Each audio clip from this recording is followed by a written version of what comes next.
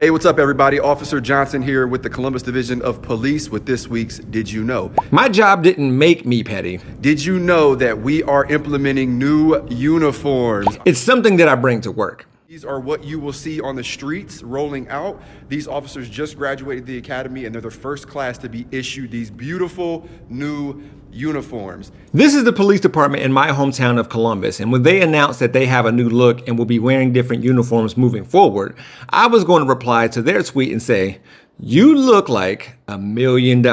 Because according to a report, the city of Columbus can spend about $4.5 million on police uniforms and body armor. That's 3.5 times the $1.3 million the city spends annually on Celebrate One, a program established by local officials to lower the infant mortality rate, which is particularly high for Black women. This was part of the $361 million provided to CPD in 2020, which was more than a third of the almost $1 billion budget of Columbus. The city also spent about $9 million a year just on maintenance and gas. That was $1.5 million more than Columbus spent on affordable housing. There was $2.5 million in the police budget for towing and $457,000 for ammunition, $1.2 million for helicopter maintenance, and $333,000 for helicopter fuel. This same police department who claimed that they needed 6 helicopters to fight crime, 2 readily available, 2 backups, and 2 in maintenance, rode out CPD in the sky over inner city Columbus during a routine helicopter flight. Columbus police looked within itself and found no wrongdoing of itself, by the way. CPD also conceded no wrongdoing when the Columbus City Council voted to pay a $475,000 settlement to a Black policeman after the officer, a 28-year veteran, said he faced retaliation for reporting racism and other misconduct by a superior. Carl Shaw was passed over for positions that he was well qualified for, which included the narcotics team, for others that had less seniority.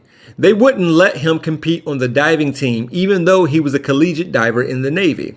Multiple Black officers said a sergeant used the N-word and the terms ape and monkey in reference to them. The sergeant, who was also the subject of an investigation for overtime abuse and mishandling of CPD property, was terminated.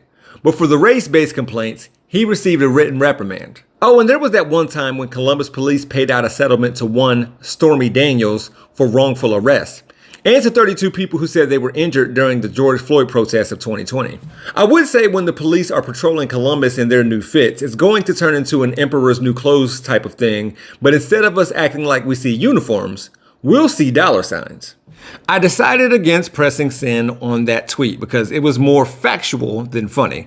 Plus, I wanted to say all this first, and TYT has a bigger audience than I do. But based on the fact that Casey Goodson Jr. was shot in the back 6 times and killed by a Franklin County Sheriff's Office deputy, which wasn't recorded, and Andre Hill was murdered within 10 seconds of his interaction with Columbus police while holding a cell phone in a non-emergency call, these uniforms will look much better with body cams that are cut on. For Rebel HQ, I'm Jeff Wiggins. My architect knows Japanese. For more from the Young Turks, stay right here. If you want to see content from yours truly, click on the hashtag below. I can also be found on all socials at He Gon' Be Alright.